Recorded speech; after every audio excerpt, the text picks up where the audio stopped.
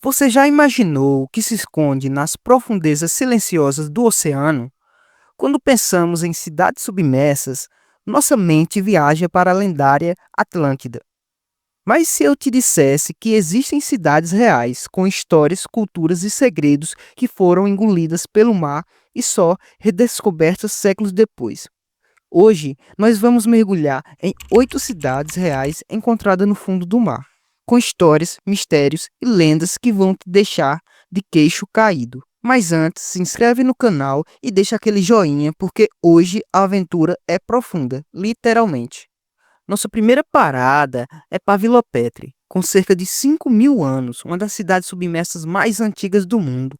Localizada na costa de Elafônisos, na Grécia, ela não é apenas um amontoado de ruínas. Suas ruas, casas e cemitérios estão incrivelmente preservados pelo mar, um verdadeiro museu subaquático natural. Pavilopétre era o movimentado centro comercial da Idade do Bronze. Sua localização estratégica a tornava um ponto crucial para o comércio marítimo. Arqueólogos encontraram cerâmicas sofisticadas e ferramentas que indicavam uma sociedade organizada, com tecelões, artesãos e comerciantes que viviam em casas de 2 andares com jardins. O mais impressionante é o seu planejamento urbano. Foram descobertas estradas retas, praças e até um complexo sistema de gestão de água, mostrando que era uma cidade muito sofisticada para sua época, rivalizando com grandes civilizações do período. Existe um mito local que diz que Poseidon, o deus dos mares, engoliu a cidade em um acesso de fúria, devido ao desrespeito dos habitantes com a natureza, reforçando essa imagem de uma Atlântida grega. Agora nós vamos para o Egito. Conhecida pelos gregos como Heracleion e pelos egípcios como Tonis, era uma vital cidade portuária perto de Alexandria, repleta de templos e palácios. Foi o principal portão de entrada para o Egito por séculos. Há mais de 1.000 anos, uma combinação de terremotos e o aumento do nível do Mediterrâneo engoliu a cidade. Heracleion era o centro do culto ao deus Amon-Geb, o deus da riqueza. Rituais e festivais grandiosos aconteciam em seus canais, onde barcos cerimoniais navegavam entre os templos. Era um caldeirão cultural, misturando influências gregas e egípcias em sua arte e arquitetura. Algo interessante é que os arqueólogos encontraram mais de 700 âncoras antigas e 60 navios afundados, perfeitamente preservados sobre o lodo. Além disso, estátuas gigantescas de faraós e deuses, moedas e joias de ouro revelam a imensa riqueza que passava por seu porto. Existe uma lenda que a Cleópatra foi coroada em um dos seus templos e que a cidade guardava tesouro secreto da rainha. A lenda também diz que os deuses do Nilo a puniram por sua riqueza excessiva. Bem-vindo a Baia, a Las Vegas do Império Romano. Localizada perto de Nápoles, era um resort de luxo da elite romana, famosa por suas festas prazerosas, luxuosas e banquetes e intrigas políticas. No entanto, a atividade vulcânica da região fez o solo afundar, submergindo lentamente a cidade inteira.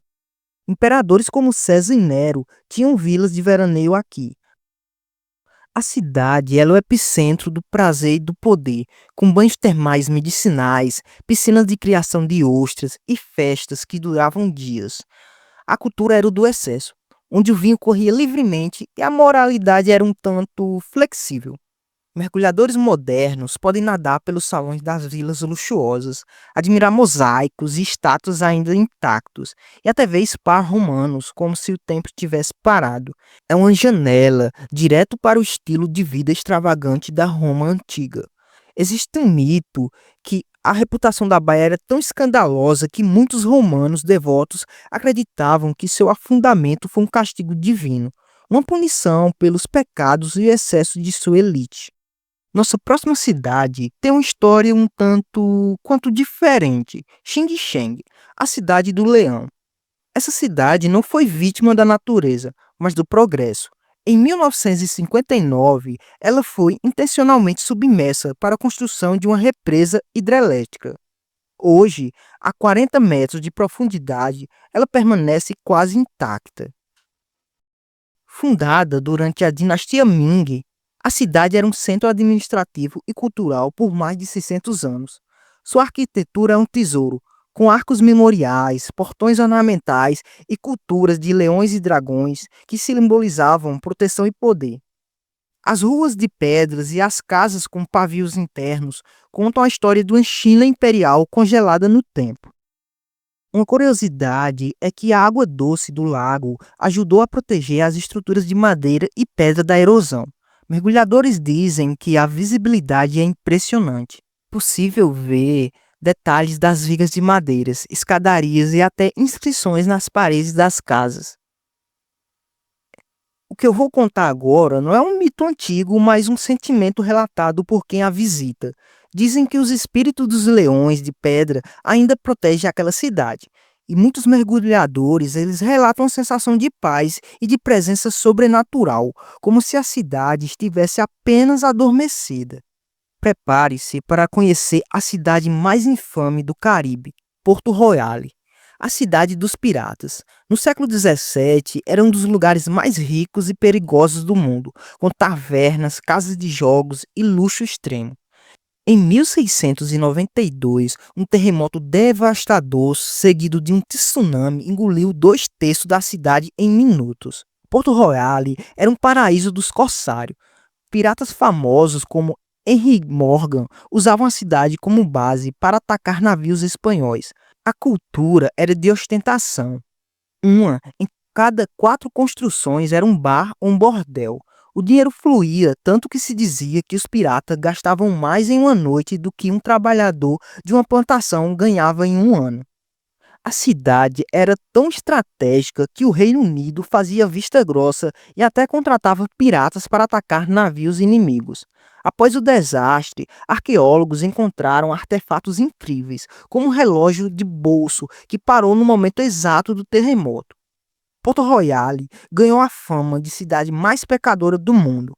Muitos na época e até hoje acreditam que o terremoto não foi um desastre natural, mas um castigo divino pela corrupção, ganância e imoralidade de seus habitantes. No sul do Japão, nós encontramos um dos maiores mistérios da arqueologia, o Monumento de Unaguni. Descoberto por um mergulhador em 1986, o local tem estruturas que parecem pirâmides, castelos e ruas. Até hoje, o debate é intenso. Foram feitas pelas mãos humanas ou são formações naturais?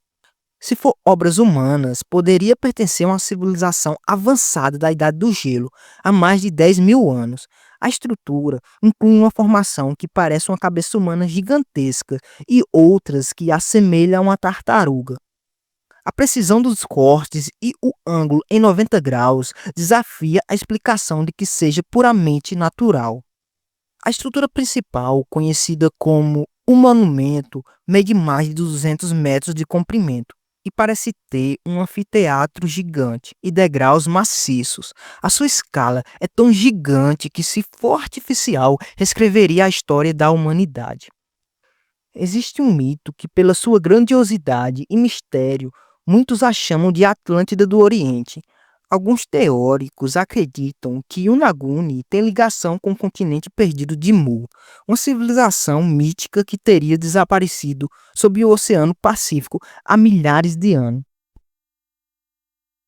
Nossa jornada nos leva à Índia, para uma cidade que transita entre o mito e a realidade. Dwarka, mencionado em textos sagrados hindus, como Mahabharata, como uma residência muito rica do deus Krishna, por muito tempo foi considerada apenas uma lenda. No entanto, pesquisas modernas no fundo do mar revelaram muralhas, templos e ruas, confirmando que a Cidade Dourada realmente existiu. Segundo os textos, Dwarka era uma cidade-fortaleza planejada, com portões grandiosos, palácios de cristal e ouro e jardins exuberantes. Era descrito como um centro de grande esplendor e retidão espiritual, governada pelo próprio Krishna. Para milhões de hindus, a descoberta de suas ruínas é a prova física de suas escrituras sagradas.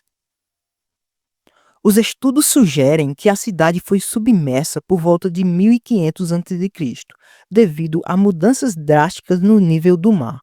Os artefatos encontrados, como selos e cerâmicas, correspondem a um período histórico que se alinha com as narrativas épicas. É claro, não poderia faltar a mais famosa, a mãe de todas as cidades perdidas, Atlântida, descrita pelo filósofo Platão como uma civilização avançadíssima, com uma poderosa marinha e tecnologia muito além do seu tempo. Ela teria desaparecido em um único dia. Segundo Platão, Atlântida era uma sociedade de engenheiros, filósofos e artistas que viviam em uma ilha com anéis concêntricos de terra e água. Sua cultura valorizava a sabedoria e a virtude, mas com o tempo a ganância e a arrogância corromperam seus habitantes, levando à sua queda apocalíptica como uma punição dos deuses. E aí, qual dessas cidades submersas você mais gostaria de explorar? Será que um dia nós iremos encontrar a Atlântida de verdade? Ou talvez outra civilização ainda mais antiga? Se você curtiu essa viagem pelo fundo do mar, vai deixando o seu joinha, se inscreve no canal e comenta qual cidade você achou mais fascinante. E não se esquece, o oceano ainda guarda milhares de segredos esperando para serem descobertos. Até mais!